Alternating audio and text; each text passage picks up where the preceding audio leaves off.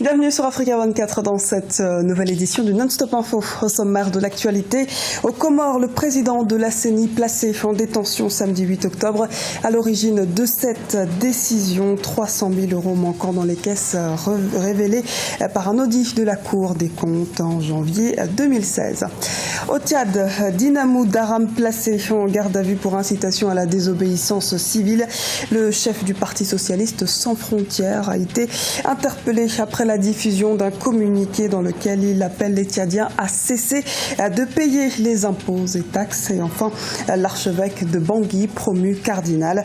Dans son premier message après sa nomination dimanche par le pape François, Monseigneur Dieudonné Dzapalenga a promis de tout faire pour la réconciliation de son pays, la Centrafrique.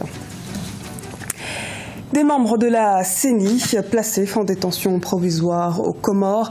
Le président de la Commission électorale nationale indépendante, Ahmed Mohamed Diaza, a été arrêté samedi 8 octobre 2016. À l'origine de l'enquête, un rapport de la Cour des comptes faisant état de 300 000 € intraçables dans la trésorerie. On fait le point avec Déo Gracias Ekpodo. Le président de la Commission électorale nationale indépendante des Comores, le docteur Ahmed Mohamed Diaza, et 3 autres membres de l'institution ont été placés en détention provisoire samedi 8 octobre 2016 à Moroni, la capitale du pays. Ces derniers sont accusés d'avoir dépensé environ 153 millions de francs comoriens sans justificatif comptable, selon un rapport de la Cour des comptes. L'affaire a été transmise aux autorités judiciaires et les enquêtes se poursuivent pour situer les responsabilités. Plusieurs autres personnalités seraient impliquées. La Cour a constaté que plus de 153 213 509 francs ont été dépensés, soit sans pièces justificatives, soit avec insuffisance de pièces justificatives. De tels manquements graves en matière de gestion des fonds publics sont susceptibles de plusieurs interprétations. Certaines sont parfois mal ressenties par les responsables concernés ou mal perçues par les autorités et les citoyens.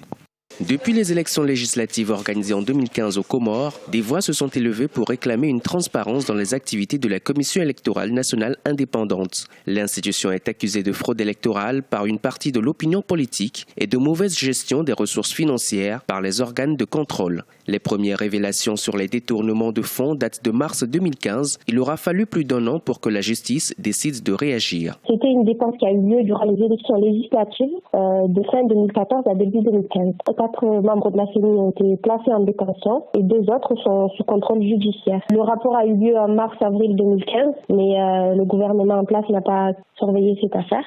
Donc 1 an après, le procureur a saisi cette affaire. La crédibilité de la CENI était déjà remise en cause et l'enquête elle est en cours. On n'a pas plus d'informations. Elle concerne les élections législatives de fin 2014 à début 2015. Le gouvernement comorien a récemment exprimé sa détermination à garantir une transparence dans les activités des principales institutions du pays. Dans cette affaire, la justice affirme détenir des preuves matérielles prouvant une malversation. Elle entend par ailleurs se donner les moyens pour traiter tous les dossiers en cours. Le chef du PJD conserve son poste à la tête du gouvernement marocain. Vainqueur des législatives du 7 octobre, Abdelila Ben Keran a été reconduit à ses fonctions par le roi marocain Mohamed VI ce lundi 10 octobre. Le secrétaire général du parti Justice et Développement doit à présent mener des consultations avec d'autres partis politiques ayant accédé au Parlement en vue de créer sa majorité. La composition de la majorité parlementaire doit être annoncée avant l'ouverture de la session d'automne du Parlement qui a lieu vendredi 14 octobre. 3e édition du prix international UNESCO Guinée équatoriale pour la recherche en sciences de la vie. Ce prix a été décerné ce lundi 10 octobre à Paris, en France, au siège de l'UNESCO. Parmi les lauréats, on retrouve des chercheurs qui ont consacré leurs études autour de la malaria, des maladies cardiovasculaires ou encore d'Ebola. Les précisions de Fanny Mounichi. Para la Guinée équatoriale y su excelencia el presidente Obiang Nguema, es un honor contribuir. Pour la Guinée équatoriale et son président, c'est un honneur de contribuer à ce prix et un honneur particulièrement pour l'Afrique. Les pays africains doivent tous contribuer à la recherche scientifique pour le développement de l'humanité. Ce prix n'est pas seulement celui de la Guinée équatoriale, mais il est la contribution de notre continent. C'était ce lundi 10 octobre la remise du prix international UNESCO Guinée équatoriale. 3 lauréats ont été récompensés pour leurs travaux en sciences de la vie. Manuel Barral Neto du Brésil pour sa contribution au contrôle des maladies transmissibles. Balram Bhargava de l'Inde, cardiologue spécialisé dans l'innovation biomédicale. Et Amadou Alpha Sall du Sénégal pour ses recherches sur les arbovirus et les virus de fièvre. Je pense que cette cérémonie illustre très bien cet universalisme de la science que l'on peut saluer à travers la nationalité de nos différents lauréats aujourd'hui. Et je pense qu'elle illustre très très bien la mission que s'est fixée l'UNESCO et la Guinée équatoriale en créant ce prix pour la promotion des sciences. Il s'agissait de la 3e édition du prix UNESCO Guinée équatoriale, un prix qui vise à mobiliser la connaissance scientifique en faveur du développement durable, mais également à la mise en place de réseaux de centres d'excellence en sciences de la vie. Au Tchad, un chef de parti d'opposition est aux arrêts depuis vendredi pour avoir publié un communiqué appelant les Tchadiens à ne pas payer les impôts et taxes. Dinamo Daram, chef du Parti socialiste sans frontières, a été interpellé et gardé par la police. Les précisions à David Faye. Au Tchad, le chef du Parti socialiste sans frontières, Dinamo Daram, est en garde à vue suite à la diffusion d'un communiqué incitant les Tchadiens à ne plus payer les impôts et les taxes. Un acte considéré par les autorités comme étant une incitation à la désobéissance civile. Dinamo Daram, par ailleurs membre du FONAC, Front de l'opposition nouvelle pour l'alternance et le changement, sera déféré au plus tard ce mardi. L'opposition tchadienne compte sortir un communiqué pour exiger sa libération immédiate. Nous avons fait un communiqué de protestation parce qu'on ne peut pas arrêter comme cela un chef de parti. La procédure en elle-même d'abord me paraît biaisée et puis ensuite, même du point de vue politique, poser un acte politique comme celui-là est un acte très grave dans la démocratie. Nous avons tenu une conférence de presse et nous avons dit que compte tenu de la situation que le pays vit actuellement, en état de banqueroute, de cessation de paiement avec plusieurs mois d'arriérés de salaire des fonctionnaires, il n'est pas question qu'on accepte que les populations payent des amendes qui sont indues, qui ne sont pas fondées, ni des taxes qui ne sont pas fondées. Le gouvernement tchadien a lancé des mesures d'austérité controversées. De son côté, la société civile estime que la priorité doit être accordée à la lutte contre la mauvaise gouvernance. Au même moment, une partie de la société civile fustige l'acte du chef du Parti socialiste sans frontières. Je pense que tout État au monde, c'est-à-dire fonctionne, c'est-à-dire à travers les impôts et taxes, même en France, ailleurs, n'importe où, c'est sur la base de ça. Donc, on ne peut pas, je pense que appeler, c'est-à-dire les citoyens à ne pas payer. Ça, c'est un acte même anticonstitutionnel. Donc, nous pensons qu'un homme politique, tout comme un acteur de la société civile, doit être vraiment un citoyen vraiment exemplaire. Il n'est pas appelé, c'est-à-dire à une désobéissance, c'est-à-dire amener la population à ne pas payer, c'est-à-dire les impôts.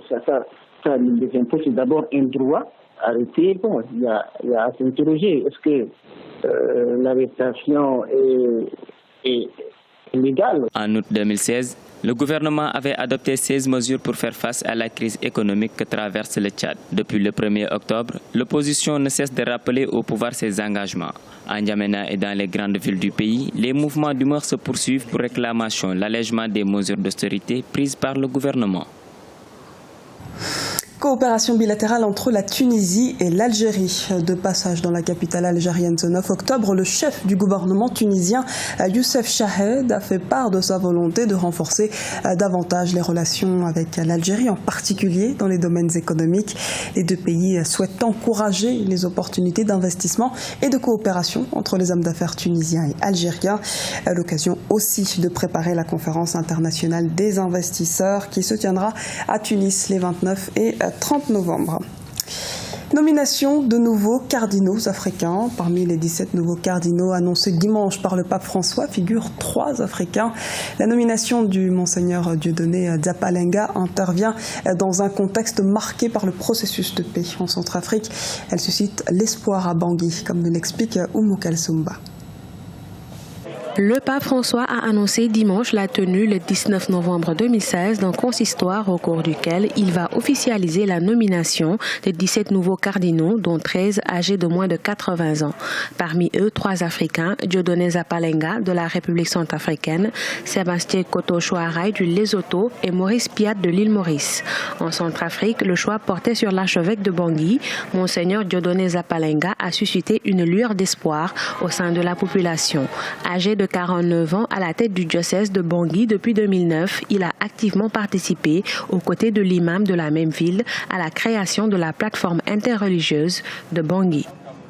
C'était hier la liesse parce que tout le monde s'est lié vers son cortège qui revenait de Bossambélé. Et là, on a senti que vraiment la cohésion, la solidarité est revenue. Donc, le peuple centrafricain vraiment est très reconnaissant envers le pape pour cette marque de reconnaissance.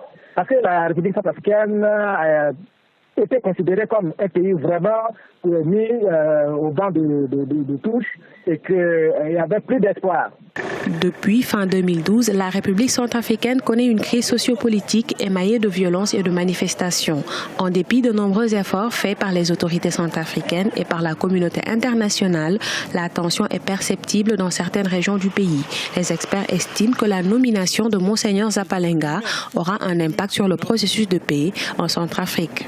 Monseigneur Dieudonné Zapalenga, aujourd'hui cardinal Dieudonné Zapalenga, s'est beaucoup investi lors des reclus qui ont marqué la vie sociopolitique de la République centrafricaine. Il s'est investi comme homme de paix, comme homme apportant la bonne nouvelle à tout le monde, y compris les personnes de la confession musulmane, de la confession catholique, d'autres confessions religieuses.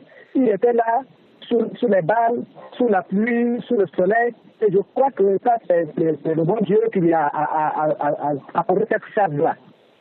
Monseigneur Dieudonné Zapalenga devient à travers sa nomination le plus jeune des cardinaux électeurs. Tout au long de la crise sociopolitique, il a effectué de nombreux déplacements dans les quartiers touchés par les violences, mais aussi à l'extérieur pour y prodiguer des conseils allant dans le sens de la paix et de l'apaisement.